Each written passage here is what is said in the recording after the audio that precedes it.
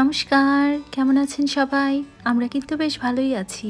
ঘরকানাইয়ের নতুন একটি ব্লগে আপনাদের স্বাগত জানাচ্ছি। সকাল এখন ৮টা বাজে। মামুনি আর বাবা এই যে রেডি হয়ে পড়েছে। আজ যাচ্ছে তারা একটু বাহিরে দুজনে মিলে।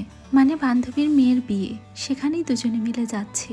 আমারও যাবার কথা ছিল, কিন্তু বাসা ফাঁকা থাকবে এজন্য আর শরীরটাও খুব একটা ভালো লাগছে না, এজন্য আমি আর গেলাম না। সকালে পুজোটা মামুনি প্রতিদিন করে থাকে, কিন্তু আজ যেহেতু একটু তাড়াহুড়া ছিল, বেরো হবে দূরে এক যাত্রাপথে, তাই ভাবলাম আমি আজকের পুজোটা করে নেই। সকাল সকাল স্নানটা তাই শেষ করে শীতের মাঝে এই নরম আলোর ভেতরে ছাদে উঠে পড়লাম। হালকা ঠান্ডা ঠান্ডা হাওয়াও দিচ্ছে। আমাদের ছাদে নানান রকমের গাছ আছে, বিভিন্ন রকম ফুল ফল।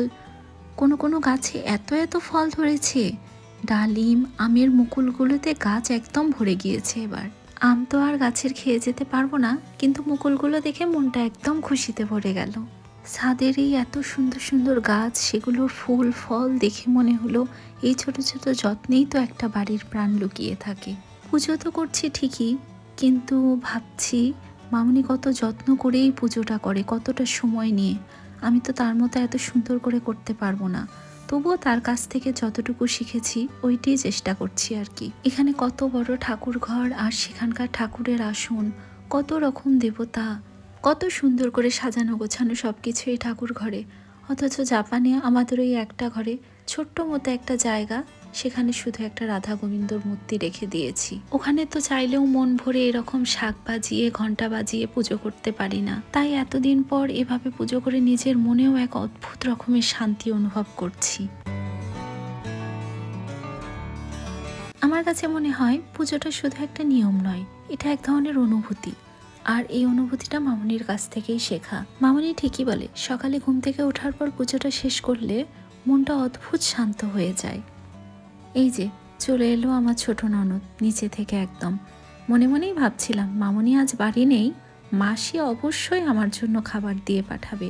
সে যতই রান্না মামুনি করে রেখে যাক আর আমি করি। কি সুন্দর করে সাজিয়ে গুছিয়ে কত পদ আয়োজন করে মাসি খাবারগুলো দিয়ে পাঠিয়েছে। ভাত তরকারি ভাজি ভর্তা কত কি। আর এই যে ছানার রসা, মাসি এটা খুব ভালো পারে করতে, বেশ মজাও লাগে খেতে।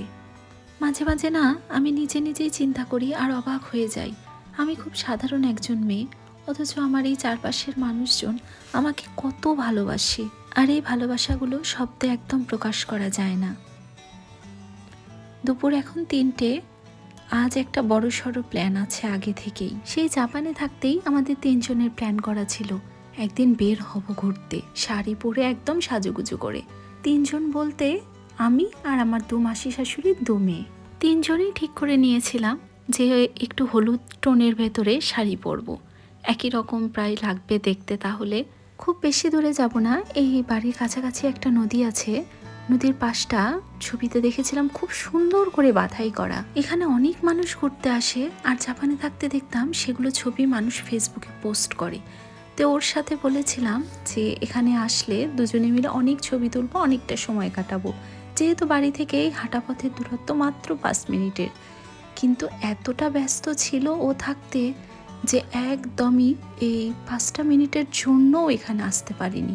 তাই ভাবলাম ও তো চলেই গেল জাপানে, এখন যাওয়ার এই সঙ্গী সাথী আমার এরাই আছে।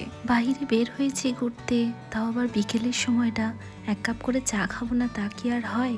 তাই সবাই মিলে চলে আসলাম কাছের একটা ছোট্ট টঙের দোকানে।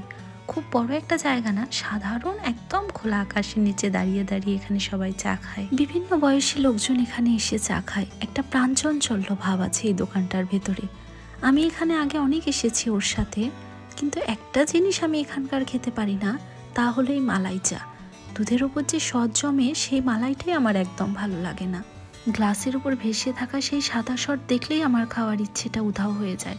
আর আমার সামনে আমার ননদরা কিভাবে খাচ্ছে, কি আনন্দ করে, কি তৃপ্তি নিয়ে। আমি দেখছি আর ভাবছি যেটা আমার কাছে অসম্ভব, ওদের কাছে সেটাই কত মজার। মানুষের পছন্দ অপছন্দও কত আলাদা। আজকে ওই যে বলেছি না মন মতো ঘুরবো, একটা বড় সড়ো প্ল্যান আছে। তাই চোখের সামনে যত কিছু দেখছি, হাঁটতে হাঁটতে চলতে চলতে সেখানেই ঢুকে পড়ছি আর একটু করে খাওয়া দাওয়া করছি। আমাদের কাছে এই ছোট ছোট মুহূর্তগুলোই অনেক বড় সড়ো। এই 1 কাপ চা, একটু ফুচকা খাওয়া, একটু রাস্তায় দাঁড়িয়ে গল্প করা, ছবি তোলা, হাসি, আড্ডা, এগুলোই তো অনেক বড় কিছু। বেশি না, 3 জনে মিলে একটা ফুচকার প্লেট নিয়েছি একটু ঝাল ঝাল করে। তারপর চলে এলাম মূল জায়গায়। মূলত এখানেই আসার প্ল্যান ছিল আগে থেকে, এই নদীর পার, তারপরে এই রেস্টুরেন্ট চিলক্সে। বেশ অনেকটা সময় হলোই তো দেশে থাকা হয় না, তাই খুব ভালো রেস্টুরেন্ট সম্পর্কে এরকম আইডিয়াও নেই। যে কয়টা জানি সেগুলোতে তো অনেকবারই গিয়েছিলাম। তো এটা যেহেতু নিউ ওপেন হয়েছে আর ওরাও আসতে চাইছিল আমার সাথে, তাই এখানেই চলে এলাম। এখানকার সিগনেচার একটা আইটেম আছে নাগা ডামস। ভাবতেই কেমন একটা ঝাল ঝাল ভাব চলে আসছে ভেতরে। নাগামরিচের ঝাল তো কম কথা নয়, তবুও ভেবে রেখেছি একসঙ্গে যখন এসেছি 1 পিস অন্তত টেস্ট তো করতেই হবে। সঙ্গে এজন্য একদম ঠান্ডা কোল্ড কফি অর্ডার করে নিলাম, একদম মিষ্টি মিষ্টি ঠান্ডা কোল্ড কফি। মনে মনে ঠিক করেই রেখেছি যদি খুব ঝাল লাগে তাহলে এই কোল্ড কফি ভরসা। সাথে তো অনেক কিছুই নিয়ে নিয়েছি। খাবারগুলো খেতে বেশ ভালো লাগছে, প্রতিটা খাবারই এত স্বাদ লাগছে খেতে। শুধু যে খাবারগুলোই স্বাদের আর মজার তা কিন্তু নয়, ভেতরটাও কিন্তু বেশ সুন্দর করে ডেকোরেট করা। প্রচুর ভিড় ছিল এখানে আমরা যখন ঢুকেছি। বেশ সময় নিয়ে দাঁড়িয়ে থাকার পর এই টেবিলটাতে বসতে পেরেছি। সব খাবার তো একের পর এক চলে আসছে, খাচ্ছিও, কিন্তু নাগা ডামসটা আর আসছে না। তো সব খাবার প্রায় শেষের দিকে কোল্ড কফিটা রেখেই দিয়েছি। এই যে দিয়ে গেল নাগা ডামস। কি একটা মরিচের গন্ধই বের হচ্ছে সামন থেকে। মুখে দেওয়ার পর কয়েক সেকেন্ড কিছু বুঝতে তো পারলাম না, কিন্তু এখন তো মুখে আগুন লেগে যাওয়ার মতো অবস্থা। চোখ আর নাক দিয়ে যেন একসাথে জল ঝরছে, হাল ছেড়ে দেওয়ার মতো অবস্থা আমার। তো আজ আর নয়, দেখা হবে পরের একটা ব্লগে। ততক্ষণ পর্যন্ত সবাই সুস্থ, সুন্দর ও ভালো থাকবেন। আর ভালো লাগলে অবশ্যই একটা লাইক, কমেন্ট, শেয়ার করে দেবেন।